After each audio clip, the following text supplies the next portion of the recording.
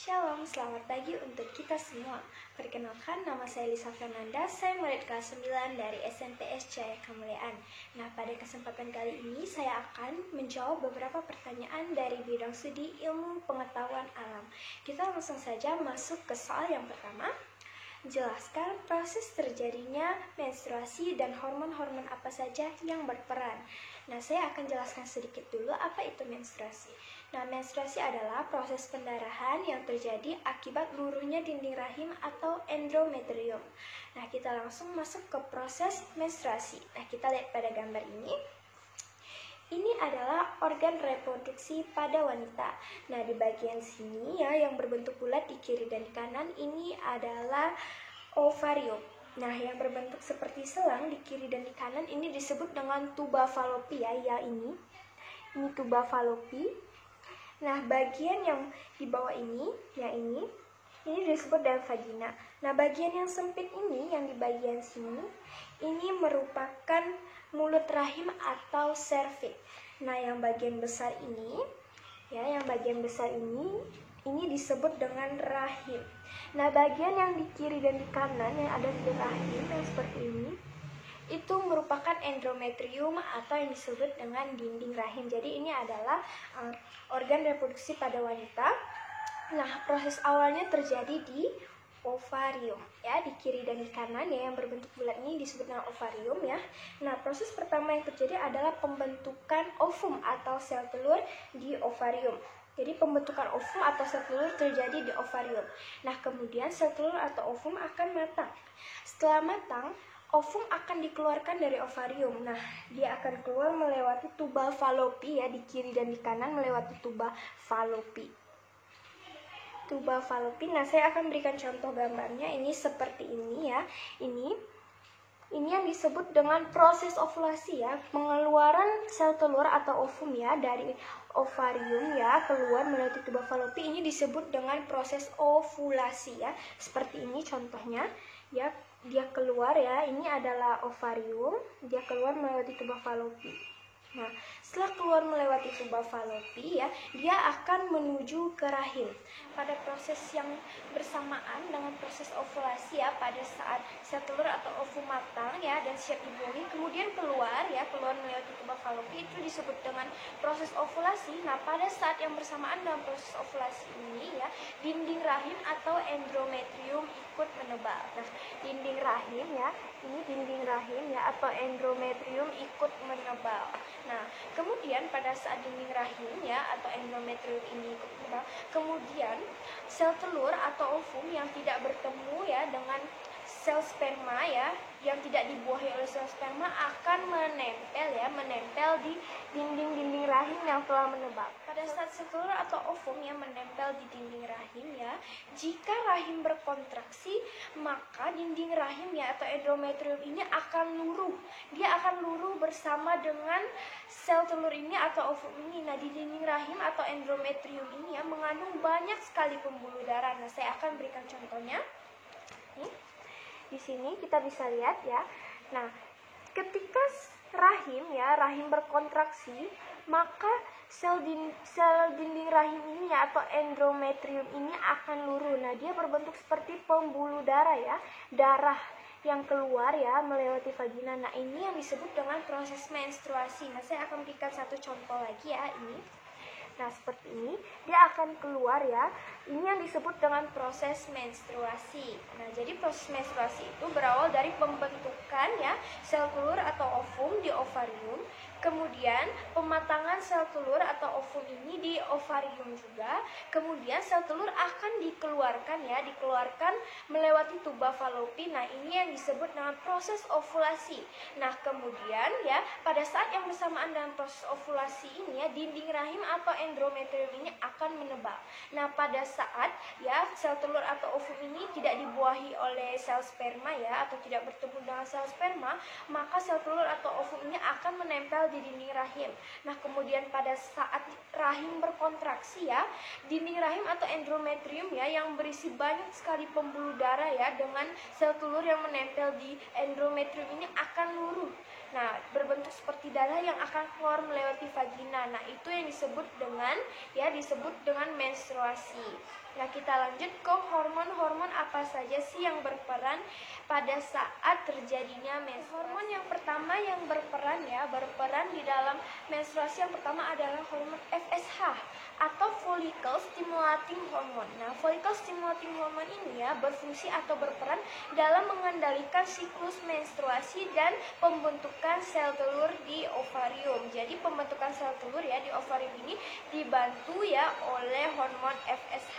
Nah, lanjut hormon yang berperan kedua adalah hormon estrogen. Nah, hormon estrogen ini berperan dalam penebalan pembentukan dinding-dinding rahim atau endometrium ini dan mematangkan sel telur sehingga siap untuk dibuahi. Jadi itu adalah fungsi dari hormon estrogen. Nah, berarti pada saat sel telur atau ovum matang nah ini diakibatkan oleh hormon estrogen. Nah, hormon yang berperan yang ketiga adalah hormon LH atau luteinizing hormone. Nah, luteinizing hormone ini berperan atau memicu terjadinya proses ovulasi atau pengeluaran sel telur dari ovarium. Nah, itu berarti ovulasi terjadi akibat adanya hormon LH atau luteinizing hormone. Nah, yang terakhir adalah hormon progesteron. Nah, apa sih fungsi dari hormon progesteron ini Hormon progesteron ini berfungsi dalam mengendalikan siklus menstruasi dan mengendalikan pertumbuhan jaringan dinding rahim atau endometrium. Jadi hormon progesteron ini memengaruhi atau mengendalikan pertumbuhannya atau penebalan dan mempertahankan ketebalan dari dinding rahim atau endometrium. Jadi ada 4 hormon yang berperan. Yang pertama adalah hormon FSH atau follicle stimulating hormone, yang kedua adalah hormon estrogen, dan yang ketiga adalah hormon LH atau luteinizing hormone, dan yang terakhir adalah hormon progesteron. Nah, itu jawaban dari soal nomor 1. Kita langsung saja masuk ke soal yang nomor 2. Uterus dan atau rahim merupakan bagian dari sistem reproduksi pada manusia. Nah, sebutkan fungsi dari uterus. Nah, fungsi dari uterus apa sih itu uterus? Uterus itu rahim Rahim ini gambarnya. Ini rahim. Seperti yang saya bilang tadi, bagian yang paling besar ini, nah ini disebut dengan rahim. Nah, apa sih fungsinya Fungsinya yang pertama adalah tempat ditanamkannya suatu sel telur. Nah, sehingga berkembang menjadi embrio Nah, tempat ditanamkannya suatu sel telur apabila sel telur bertemu dengan sel sperma beda halnya ketika proses menstruasi. Jika sel telur tidak bertemu dengan sel sperma tidak bertemu dengan sel sperma, maka sel telur akan menempel di dinding rahim, kemudian akan luruh ikut luruh bersama dinding rahim atau endometrium.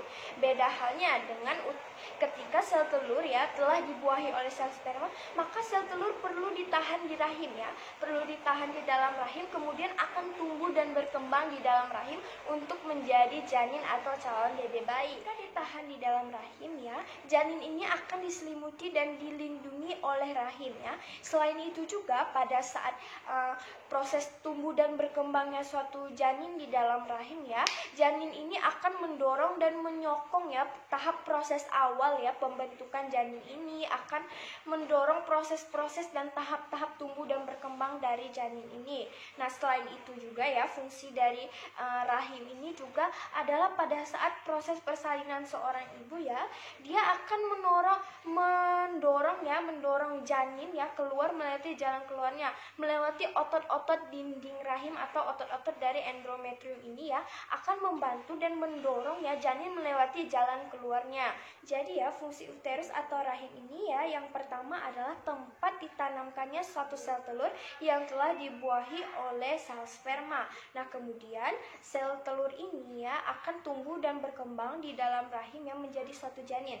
Kemudian janin ini akan dilindungi dan diselimuti oleh rahim Nah, kemudian rahim ini akan menyokong janin pada tahap perkembangan awalnya. Dan yang terakhir adalah pada proses persalinan otot-otot dinding rahim akan mendorong dan membantu proses persalinan. Dia akan menunjukkan mendorong janin melewati jalur lahirnya. Jadi itu beberapa fungsi dari uterus atau rahim. Nah, kita langsung lanjut ke soal yang nomor 3. Saya akan bacakan.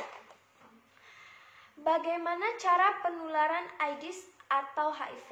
Jelaskan pula cara pencegahan agar tidak tertular HIV atau AIDS ini. Nah, pertama ya, kita harus tahu dulu apa itu HIV. Nah, HIV adalah singkatan dari Human Immunodeficiency Virus. Nah, virus HIV ini merupakan virus yang menyerang kekebalan tubuh manusia. Dia menyerang imun dalam tubuh manusia yang kemudian akan melemahkan tubuh dalam melawan infeksi maupun virus. Jadi virus ini dapat melemahkan kemampuan tubuh dalam menghadapi suatu virus, suatu infeksi. Dia akan melemahkan tubuh kita. Nah, ada beberapa pula ya gejala dari virus HIV ini. Yang pertama adalah seperti batuk-batuk, flu, demam, sakit tenggorokan, dan tubuh kita terasa lelah. Itu gejala awal ya, gejala awal dari virus HIV ini. Nah, virus HIV ini ya, jika dia semakin serius, dia akan menjadi suatu keadaan yang cukup berbahaya yang disebut dengan AIDS. Nah, kita langsung masuk ke bagaimana sih cara penularan ya, bagaimana lewat apa saja virus HIV ini menular. Nah, kita langsung masuk. Yang pertama adalah melalui proses seks bebas. Nah, ketika seseorang melakukan seks bebas atau berganti-gantian pasangan, virus tersebut bisa menular melalui cairan vagina. Jadi virus ini bisa menular ya melalui seks bebas. Nah, yang bisa menular kedua adalah jarum suntik yang tidak steril. Nah, ketika seseorang ya suntik ya, nah dia menderita HIV. Kemudian medis tidak mengganti jarum suntik itu, dan kemudian jarum suntik itu digunakan kepada pasien lainnya. Otomatis pasien lainnya akan terserang virus HIV ini akibat penularan dari jarum suntik yang telah dipakai oleh seseorang yang terkonfirmasi ya dia itu menderita penyakit HIV ya. Nah, dan saat ingin mentransfusikan darah kita pun, darah kita harus disaring terlebih dahulu. Nah, itu beberapa cara pencegahan dan bagaimana sih cara penularan dari virus HIV ini. Nah, kita lanjut ke soal ya yang nomor 4. Kita lanjut ke soal nomor 4, saya akan bacakan soalnya. Pada proses fertilisasi ya, telur dapat dicapai oleh lebih dari satu sperma. Tetapi secara normal hanya satu yang berfungsi ya dengan membran plasma sel telur, dan selanjutnya inti diploid dari sperma dan telur berfungsi membentuk satu inti yang diploid. Peristiwa di mana hanya satu sperma yang mampu membuahi sel telur disebut dengan peristiwa monospermi. Nah, di mana hanya satu sperma yang mampu membuahi sel telur.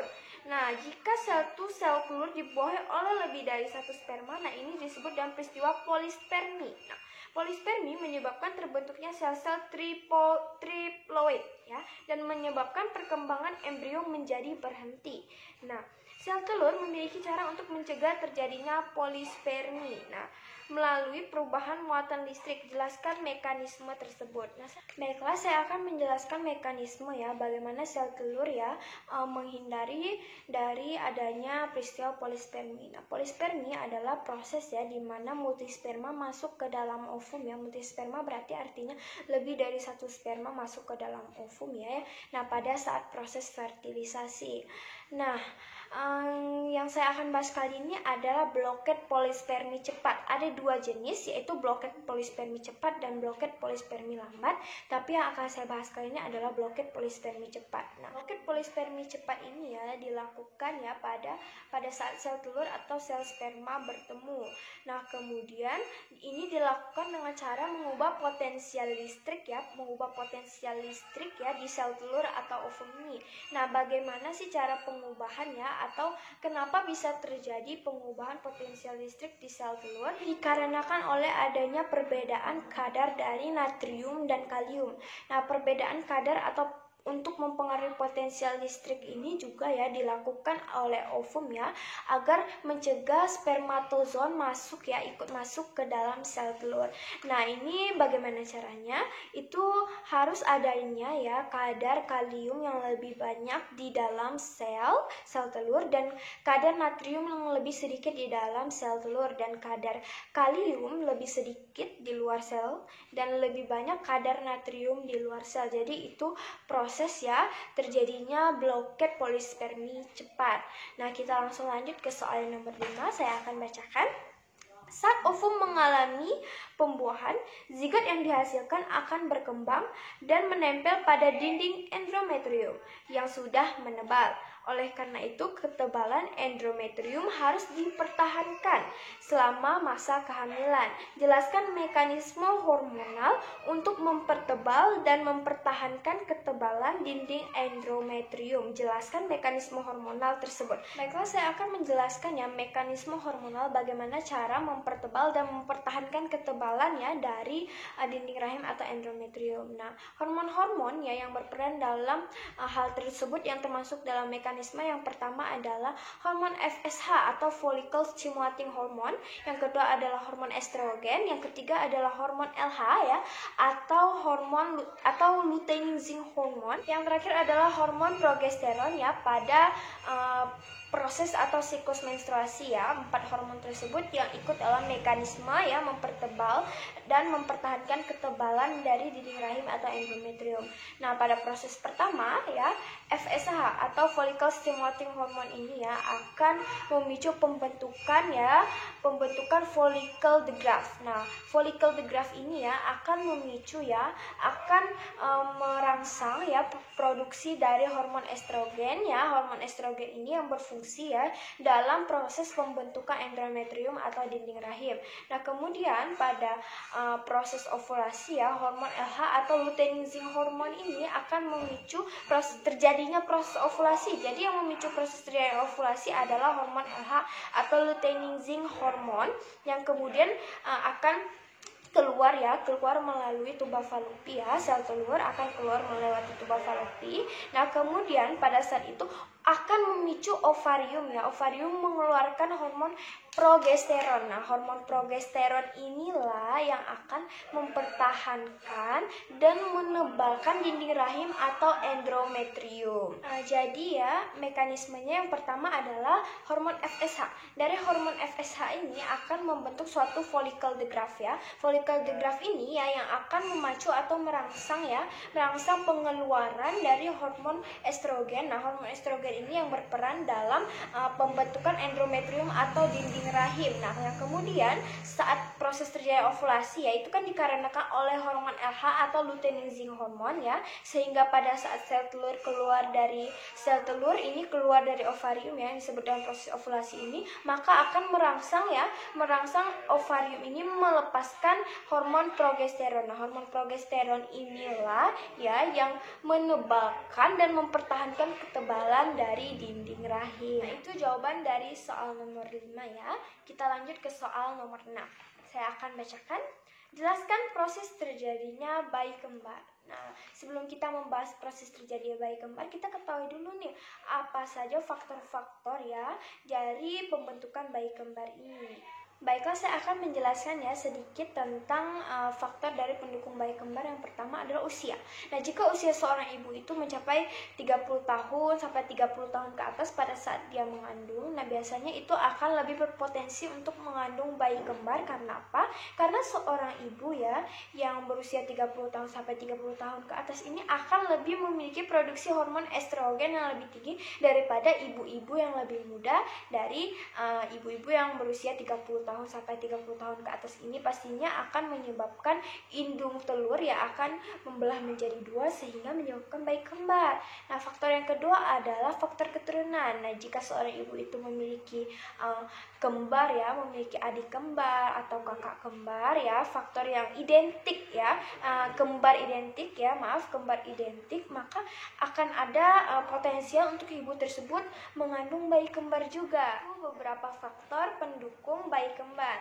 Nah, lanjut ke bagaimana sih proses terjadinya bayi kembar ini. Nah, yang pertama berawal dari satu sel sperma membuahi satu sel telur.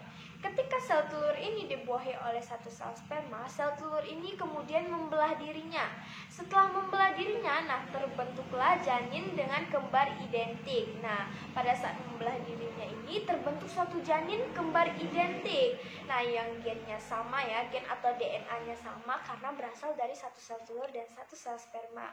Jadi, pembentukan bayi kembar ini diakibatkan oleh satu sel telur yang membelah dirinya menjadi 2. Nah, itu jawaban saya dari soal nomor 6. Nah, pada kesempatan kali ini saya telah menjawab beberapa pertanyaan ya dari bidang studi ilmu pengetahuan alam. Terima kasih sekali atas perhatiannya. Saya juga mohon maaf jika ada salah kata atau kata yang tidak berkenan di hati. Selamat pagi, Tuhan Yesus memberkati.